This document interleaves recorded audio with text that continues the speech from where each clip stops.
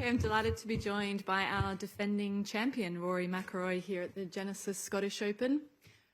Rory, last year it was a remarkable birdie finish. Can you just take us back to those moments and what you remember of winning your first title in Scotland? Yeah. It was obviously a really windy day. And, Bob was, I felt like Bob had to play a much tougher back nine than me with everything that was on the line, with trying to win your home open and all that. And, I made a couple of good putts on the back nine. I didn't make birdie on 16 and felt like that was sort of my opportunity gone.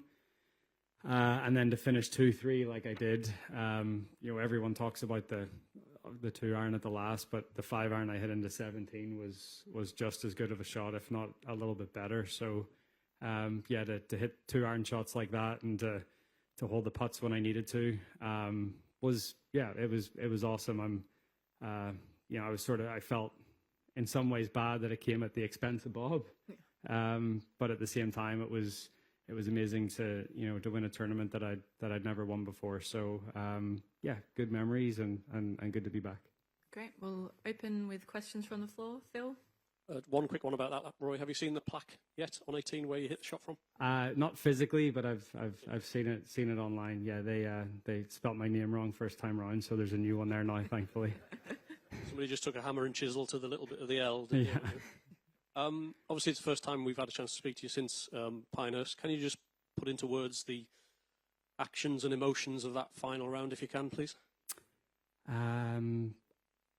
I think the way I've described Pinehurst on Sunday, it was a great day until it wasn't. I did things on that Sunday that I haven't been able to do in the last couple of years. Took control of the golf tournament, held putts when I needed to, well, mostly when I needed to. Made birdies, really got myself in there. And then, obviously, unfortunately, to miss those last two putts, or the putt on 16 and obviously the putt on 18. It was a tough day. It was a tough few days after that, obviously. But I think as you get further away from it happening, you start to see the positives. You start to see all the good things that you did throughout the week. And there's learnings in there too, right? I can, vividly remember starting to feel a little uncomfortable waiting for my second putt on 16, and the putt on the last was a really tricky putt, and I was very aware of where Bryson was off the tee, so I knew I had to hit it really soft. If the one back didn't matter, I would have hit it firmer, and it would have been. But because I was sort of in two minds, I didn't know whether Bryson was going to make a par or not. It was one of those ones where I just had to make sure that if the putt didn't go in, that it wasn't going 10 feet by, which it very easily could have. So, thinking back, I was probably maybe a little too aware of where Bryson was and what he was doing. But I think it was the nature of the golf course and how the golf course flowed, and how, after the 14th tee, you're sort of looking at 13 green, and then I had to wait on my tee shot on 15 before he hit, to let him hit his second shot into 14. And, there was just the way the course flowed. It just made me very aware of what he was doing at the same time. So it sort of got me out of my own little world a little bit. But no, I look back on that day, just like I look back in some of my toughest moments in my career, and I'll learn a lot from it. And I'll hopefully put that to good use. And it's something that's been a bit of a theme throughout my career. I've been able to take those tough moments and turn them into great things not very long after that. I'm going to go to Ian on the right. Rory, how difficult were the days that sort of followed there, and what sort of process of kind of reconciliation in your own mind as to what happened? How did that go? Yeah, it was okay. I went home on Sunday night, and then I actually spent Monday night, Tuesday, and Wednesday in Manhattan, which was sort of planned anyway, because obviously I was going to go play the Travelers, and ended up not doing that. So I went to Manhattan, which was nice. It was nice to sort of blend into the city a little bit. And, I walked around, I walked the High Line a couple of times. I made a few phone calls, sort of was, alone with my thoughts for a couple of days, which was good. I had some good chats with people close to me, and I as you start to think about not just Sunday at Pinehurst, but the whole way throughout the week, there was a couple of things that I noticed that I wanted to try to work on over the last few weeks coming into here, and obviously next week at Troon. So they were hard, but at the same time, like as each day went by, it became easier to focus on the positives and then to think about the future instead of what had just happened. And next time when you're in that kind of position at a major on the back nine, who knows, it could be Troon next week. What do you think you would do differently or seek to do differently? Yeah, I mean, that's the thing, not a whole lot different. As I said, it was a great day until it wasn't. I think I touched on it a little bit. I think if anything, I would say my pre-shot routine got a little bit long. Started to look at the target a few more times over the ball.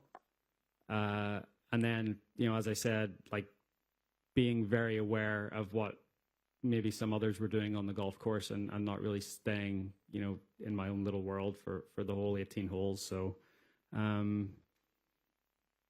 but really apart from that, there's not a lot I would do differently. We're going to go to David.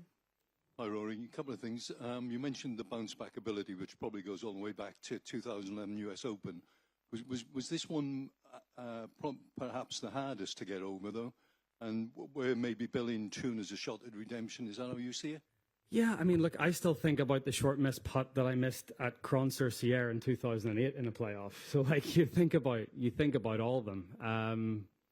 And I was probably more devastated after that because it was my rookie year on tour. I hadn't won yet.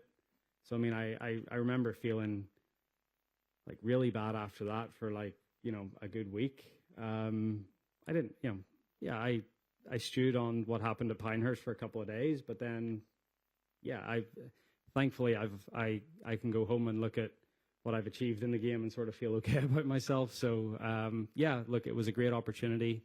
It passed me by, but hopefully when I get that next opportunity, it won't pass me by. And just that point I made about, is it a shot at redemption? Is that how you look at it next week? No, it's just another opportunity. I'm playing great golf, and it's another opportunity to see how I can hopefully handle the moment a little bit better than I handled it a few weeks ago. Just to the left. Rory, can you go further on the putt on 18, the trickiness of it? Yeah, I just left it the wrong side of the hole, and it got above the hole. That where the hole was cut was on top of a little slope, and it had got pretty dry and crusty around the hole, and the chip shot just ran out a little bit and got past the hole. So it was I hit that putt very, very easy, and it obviously just missed on the low side, and it still went a good 3 or 4 feet by. So I was probably playing it, I don't know, probably two and a half cups left, with a whatever it was, 3.5 foot putt. So there was a lot of swing to it, especially with how easy I was hitting it. And as I said, if it was match play and the next one coming back didn't matter, I would have approached the putt differently. But because of knowing that Bryson had hit it left off the tee, I just sort of wanted to make sure that if there was still a chance of a playoff, that I was at least going to be that. So, yeah. Brian. Hi, Rory.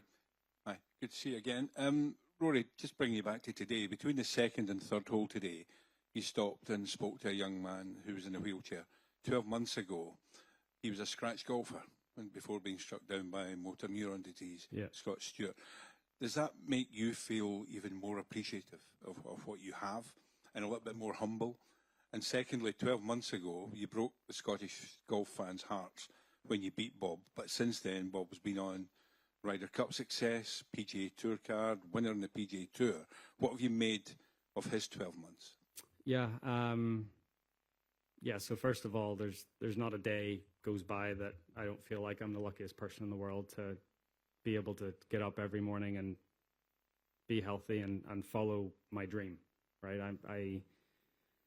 There's videos of me at 7 years old saying I want to be the best player in the world and I want to win all the majors. And to be able to, try to make that little 7-year-old boy proud every day is something that I really don't take for granted. So, I'm very appreciative of the position I'm in life. And it hits home with you when you meet someone like Scott this morning, absolutely. But I think, I try to be as grateful as possible all the time. And then with Bob, he's had an amazing 12 months. We all know the talent that he's had, and look, it would have been great for him to win the Scottish Open last year, but he'll have plenty more chances. And he's obviously he's playing well, so he's got another great chance this week. But yeah, to make the Ryder Cup team, to have the week that he had in Rome. To win in Canada with his dad on the bag, and it's been a brilliant 12 months for Bob, and everyone on tour is delighted for him because he's such a good lad, and he obviously doesn't forget where he comes from, and he gets back to Oban as much as he can, and he's a great lad, and I think everyone's really happy to see the success that he's had. Go to Michael and then to Doug. Rory, in the last few weeks and the sort of dust settling from Pinehurst, there's been quite a lot of criticism online from some high-profile people, Hank Caney, Smiley Kaufman, etc., of Harry. Strikes me, just my opinion, that sometimes he's held to a higher standard than other caddies. I'm wondering what your take is on some of the criticism that you've seen, and also what he brings to you deep into a major championship. Yeah, it's certainly unfair. Hank Caney's never been in that position.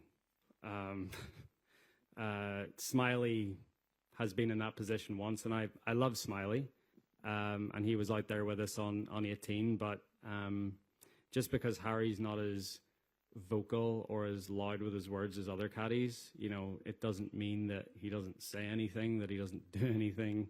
And I just wish that these guys that criticize when things don't go my way, they never say anything good when things do go my way. So where were they when I won Dubai earlier this year, or Quail Hollow, or the 2 FedEx Cups that I've won with Harry, or the 3 Race to Dubais, or the whatever? So they're never there to say Harry did such a great job when I win, but they're always there to say he did such a, they criticize when we don't win. So at the end of the day, they're not there. They're not in the arena. They're not the ones that are hitting the shots and making the decisions. And if someone said to me once, if you would never